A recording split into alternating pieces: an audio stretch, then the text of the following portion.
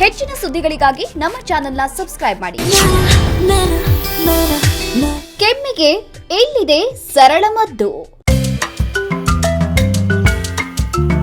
ಕೆಲವೆಡೆ ಜೋರಾದ ಮಳೆ ಮತ್ತು ಕೆಲವೆಡೆ ಮೋಡ ಮುಸುಕಿದ ವಾತಾವರಣದಿಂದಾಗಿ ಶೀತ ಕೆಮ್ಮು ಹೆಚ್ಚಾಗಿ ಕಂಡುಬರ್ತಿದೆ. ಇದು ಮನೆಯಲ್ಲಿ ಒಬ್ಬರಿಗೆ ಬಂದ್ರೆ ಸಾಕು, ಸುಲಭವಾಗಿ ಮನೆಯವರಿಗೆಲ್ಲ ಬರೋ ಸಾಧ್ಯತೆ ಹೆಚ್ಚು. ಇನ್ನು ಶಾಲೆಗೆ ಹೋಗೋ ಮಕ್ಕಳು ಮನೆಯಲ್ಲಿದ್ರೆ ಇನ್ನೂ ಹೆಚ್ಚಿನ ಮುನ್ನೆಚ್ಚರಿಕೆಯನ್ನ ವಹಿಸಬೇಕು. ಶಾಲೆಯಲ್ಲಿ ಶೀತ ಮತ್ತು ಕೆಮ್ಮು ಇರೋ ಮಕ್ಕಳ ಜೊತೆ ಆಟ ಆಡಿದ್ರೆ ರೋಗಾಣುಗಳು ನಿಮ್ಮ ಮಗುವಿಗೂ ಸುಲಭವಾಗಿ ಹರಡಿಬಿಡುತ್ತೆ. ಹಾಗಾಗಿ ನೀವು ನಿಮ್ಮ ಮಕ್ಕಳ ಆರೋಗ್ಯದ ಬಗ್ಗೆ ಮುನ್ನೆಚ್ಚರಿಕಾ ಕ್ರಮವನ್ನ ಅನುಸರಿಸಿದ್ರೆ ಒಳ್ಳೆಯದು.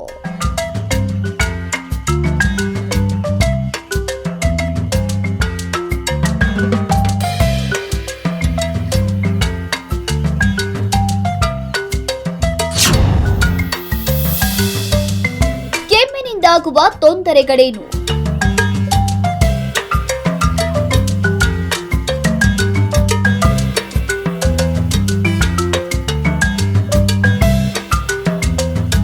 ಒಣಕೆಮ್ಮು ಹಿಡಿದ್ರೆ ನಿದ್ದೆ ಮಾಡೋಕೆ ಸಾಧ್ಯವಾಗೋದಿಲ್ಲ. ಆಗಾಗ ಕೆಮ್ಮು ಬಂದ್ರೆ ಯಾವುದೇ ಕೆಲಸವನ್ನ ಆಸಕ್ತಿ ವಹಿಸಿ ಮಾಡೋಕು ಸಾಧ್ಯವಾಗೋದಿಲ್ಲ. ಇದರಿಂದ ಸುಸ್ತು ಅನಿಸೋಕೆ ಆರಂಭಿಸುತ್ತೆ. ಇನ್ನು ನೆಗಡಿ ಕೆಮ್ಮು ಬರದಂತೆ ತಡೆಯೋಕೆ ಮನೆಯಲ್ಲಿಗೆ ಮುನ್ನೆಚ್ಚರಿಕಾ ಕ್ರಮವನ್ನ ಹೇಗೆ ವಹಿಸಬೇಕು ಅನ್ನೋದನ್ನ ನೋಡೋಣ.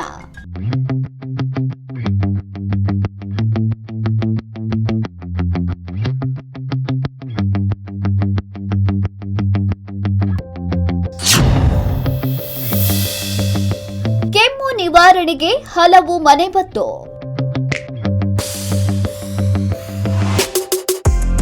ತುಳಸಿ ಎಲೆಯನ್ನ ಅಗೆಯುತ್ತಾ ಇರೋದು ಅಥವಾ ತುಳಸಿ ಎಲೆಯನ್ನ ಬಿಸಿ ನೀರಿನಲ್ಲಿ ಹಾಕಿ ಅದನ್ನ ಕುಡಿತಾ ಇದ್ರೆ ನೆಗಡಿ ಕೆಮ್ಮು ಬರುವುದಿಲ್ಲ.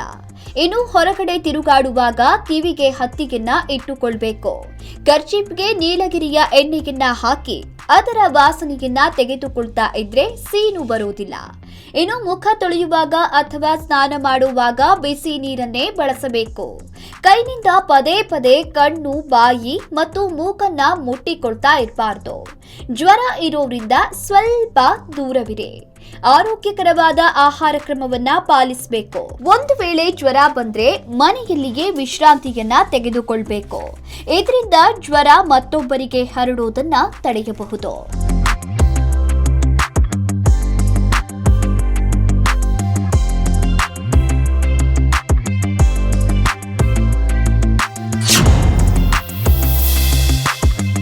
ಗಂಟಲಿನ ಕಫ ನಿವಾರಣೆಗೆ ಸರಳ ಮಾರ್ಗ.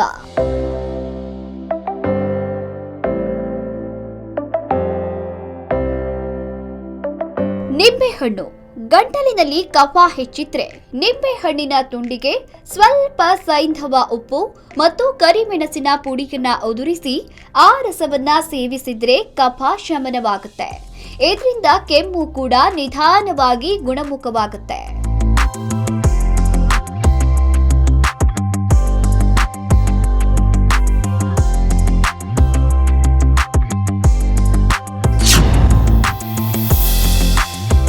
ಮಸಾಲೆ ಪದಾರ್ಥಗಳಲ್ಲಿ ಚಕ್ಕೆಗೆ ಪ್ರಮುಖ ಸ್ಥಾನ. ಮಸಾಲೆ ಪದಾರ್ಥಗಳಲ್ಲಿ ಚಕ್ಕೆಗೆ ಪ್ರಮುಖ ಸ್ಥಾನವಿದೆ. ಅಡುಗೆಯಲ್ಲಿ ಚಕ್ಕೆಯನ್ನ ಉಪಯೋಗ ಮಾಡೋದ್ರಿಂದ ಆರೋಗ್ಯಕ್ಕೂ ಕೂಡ ತುಂಬಾನೇ ಒಳ್ಳೆಯದು. ಚಕ್ಕೆ ಮತ್ತು ಹಸಿ ಶುಂಠಿಯನ್ನ ನೀರಲ್ಲಿ ಮಾಡಿದ ಕಷಾಯವನ್ನ ದಿನಕ್ಕೆ 3 ಬಾರಿ ಸೇವನೆ ಮಾಡಿದ್ರೆ ಗಂಟಲ ಕಫ ಶಮನವಾಗುತ್ತೆ.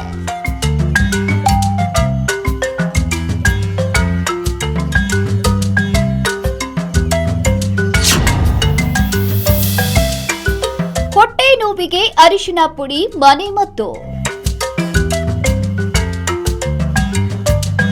ಅರಿಶಿನವನ್ನ ಆಯುರ್ವೇದಿಕ್ ಔಷಧವಾಗಿ ಹಾಗೂ ಮನೆಮದ್ದಾಗಿ ಉಪಯೋಗಿಸಲಾಗುತ್ತೆ. ಜೊತೆಗೆ ಹೊಟ್ಟೆ ನೋವಿಗೆ ಅರಿಶಿನ ಪುಡಿ ಮನೆಮದ್ದು. ಅರಿಶಿನ ಪುಡಿಯನ್ನ ಬಿಸಿ ನೀರಲ್ಲಿ ಸೇರಿಸಿ ಕುಡಿಯೋದ್ರಿಂದ ಹೊಟ್ಟೆ ನೋವು ನಿವಾರಣೆಯಾಗುತ್ತೆ. 1 ಚಮಚ ಅರಿಶಿನ ಪುಡಿಯನ್ನ ಬಿಸಿ ನೀರಲ್ಲಿ ಹಾಕಿ ಪದೇ ಪದೇ ಸೇವನೆ ಮಾಡ್ತಾ ಬಂದ್ರೆ ಕಫ ನಿವಾರಣೆಯಾಗುತ್ತೆ.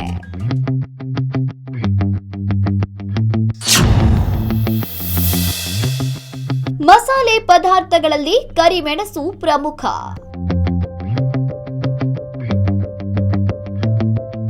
ಕರಿಮೆಣಸು ಕೆಮ್ಮಿಗೆ ಮನೆಮದ್ದು. ಶುಂಠಿ, ಕರಿಮೆಣಸು, ತುಳಸಿ ಇವು ಮೂರನ್ನು ಕೂಡ ಬಿಸಿ ನೀರಲ್ಲಿ ಕುದಿಸಿ ಸೇವನೆ ಮಾಡುವುದರಿಂದ ಕೆಮ್ಮು, ನೆಗಡಿ ನಿವಾರಣೆಯಾಗುತ್ತೆ. ಕರಿಮೆಣಸಿನ ಪುಡಿಗೆ ಜೇನುತುಪ್ಪ ಸೇರಿಸಿ ದಿನಕ್ಕೆ 4 ರಿಂದ 5 ಬಾರಿ ಸೊಪ್ಪ ಸೇವಿಸಿದ್ರೆ ಗಂಟಲ ಕಫ ಕರಗುತ್ತೆ.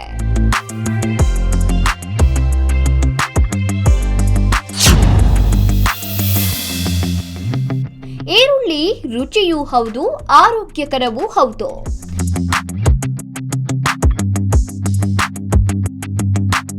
ಈರುಳ್ಳಿ ಅಡಿಗೆಗೆ ಮುಖ್ಯವಾಗಿರುವಂತಹ ಪದಾರ್ಥ.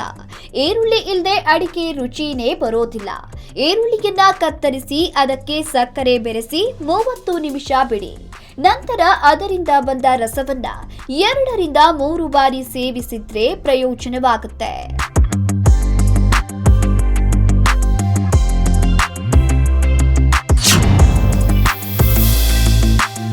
ವೀಳ್ಯದೆಲೆ ಜೀರ್ಣಕ್ರಿಯೆಗೆ ಉತ್ತಮ.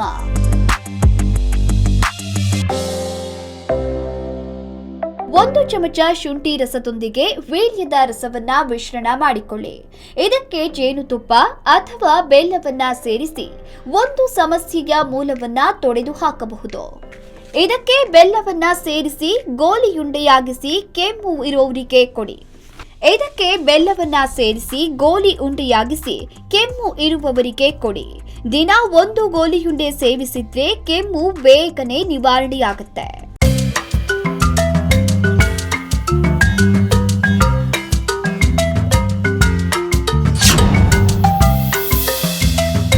ಬಿಸಿ ನೀರಿನಲ್ಲಿದೆ ಆರೋಗ್ಯ.